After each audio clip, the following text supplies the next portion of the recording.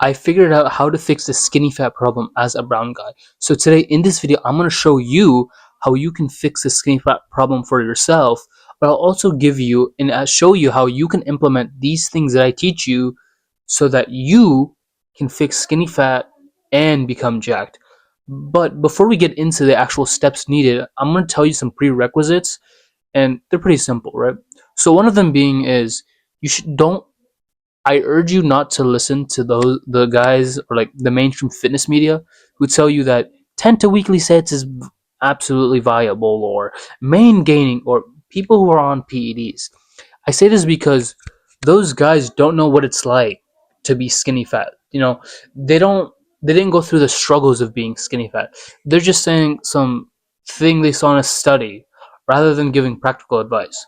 Because I implemented what they said, right? I did the 10 to 20 weekly sets. I did 4 by 12 on every exercise. I went on the main gaining, recomp, maintenance phase, whatever.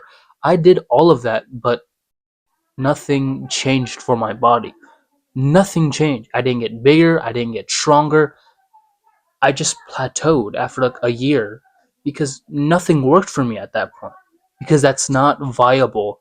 And that's why I urge you not to listen to those people. But let's get into it. So the first step in changing your body from becoming skinny fat to jacked is by bulking up. And you want to bulk up because you have no muscle underneath, like on your frame at all, right? You have like a gut and like skinny arms, right? You want to focus on building the muscle first. And some people will say, no, you should cut first because you have a little bit of fat. But so what? Who cares if you have a little bit of fat? If you cut when you are skinny fat, you're just gonna feel a lot worse because you'll look worse, you'll look skinnier, but you'll also be weaker than you had originally started. Whereas if you start to bulk, you'll be a lot more stronger and you'll actually look thick. You're gonna people are gonna notice like your massive arms when you start to bulk. Let's say you haven't seen someone in like 3 months, they're gonna notice those arms if you bulk. Another way to think about this is take the rock and the pebble. Or no, the boulder and the pebble. The boulder's already massive, right? But the pebble isn't. So when you try to like carve it up to make a little statue, like those Greek god physiques like on the statue, who do you think is going to be bigger, right? Who do you think is going to look more jacked? The pebble or the boulder? The obvious answer is the boulder. So when I first started training, right, I wanted to lose both fat, or I want to lose fat and build muscle at the same time, right? So that's why I got hooked on the idea of doing a body recomposition or main gaining, right? But that's not possible to do that as a natural lifter. I mean, as a newbie, that probably is because your body is going through like dramatic changes, but not as like after the first year, it's probably not going to work for you anymore. Which I kept doing it. I kept doing recomping, main gaining in hopes that I could build muscle and lose fat at the same time. But it's not going to work for me because again, I'm a natty, I'm a natural. It would only work for people who are like obese or on PEDs, that can actually take advantage of losing fat and building muscle. As a skinny fat person, you're probably not going to be at that position after a year or so of training. But I still, did the recomp, and to sum it up, nothing changed. Like I progressed for a year, but plateaued for the next two years, right? I thought lifting the 40-pound on dumbbell incline bench press was okay. I thought like lifting the same weights was okay, but it isn't because again, I wasn't getting stronger and nothing was changing. My muscles weren't going up, my lifts weren't going up. Everything just stayed the same. So if you want to fix your skinny fat body, you need to bulk. And if you're scared about putting on some fat, don't worry about it. You're gonna cut later, and besides, you're gonna be really strong too. So who cares if you're a bit bloated or have a little bit of bigger gut? It doesn't matter. You're gonna be crazy, crazy strong. The second step is to lock in on your intensity. So you're probably gonna start off as weak, and that's okay, right? You're gonna be really weak. However, we want to get stronger because as you get stronger, you're gonna get bigger and bigger. So what we want you to do is to apply progressive overload to your training, and we do this by again adding the weight, adding more reps, not sets, adding weight and reps week by week or workout by workout. So let's say you do, I don't know, 100 pounds on incline bench press today, right?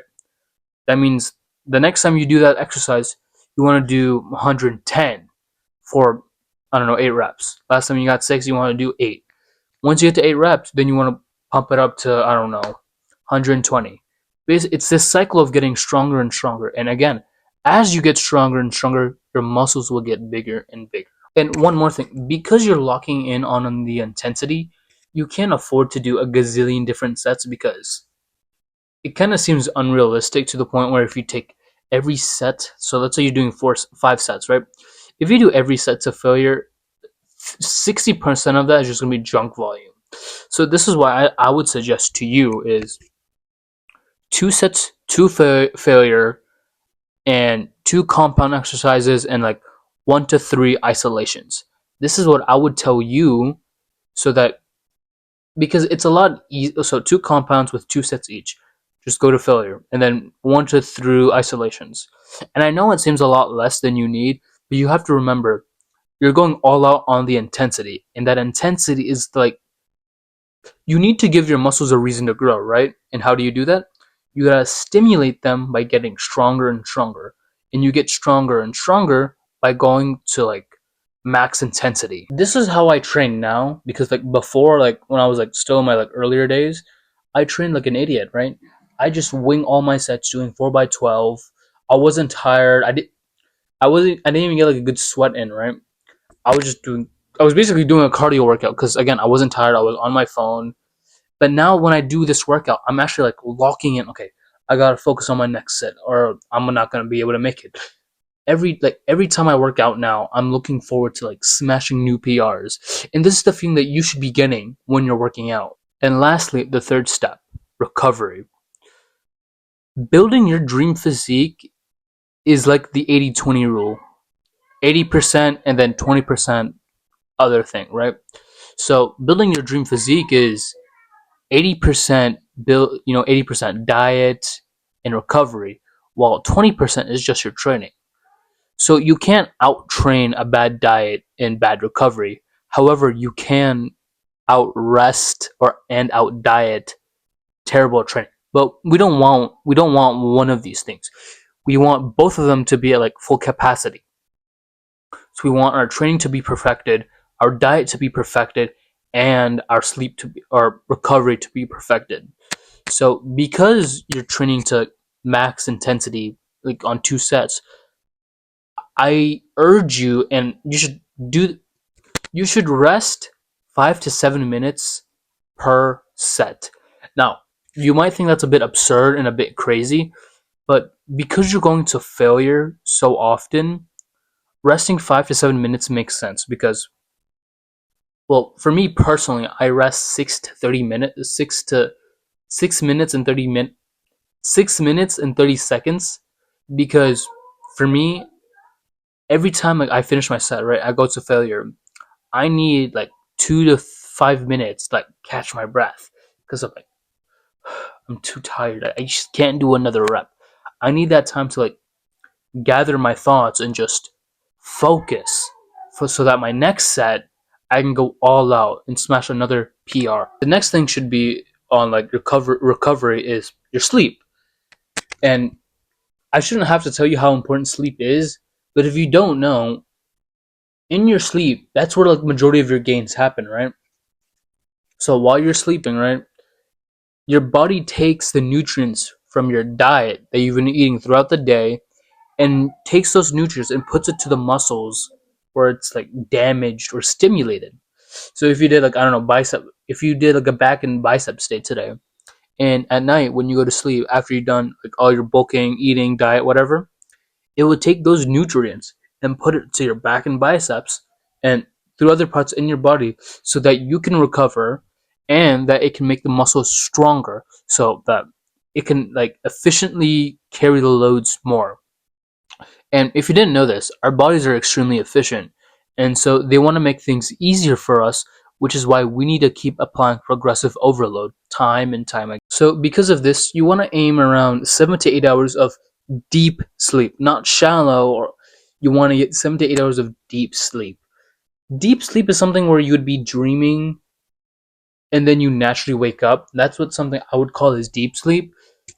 It doesn't happen all the time, but it should happen majority of the time. But and how do you get into this like deep sleep? You do this by not getting anything stimulating in the last 1 to 2 hours before bed. And there's like a gazillion different ways to not get anything stimulating. You can just read a book, not go on your phone, or if you absolutely need to go on your phone, turn on the blue light filter. But yeah, I hope this helps. I hope that you can like I don't hope, I know that if you take the advice that I'm giving you, you will be able to become jacked in the next 3 to 6 months if you follow this advice. But yeah, I want to thank you for watching this video, for your time. Peace.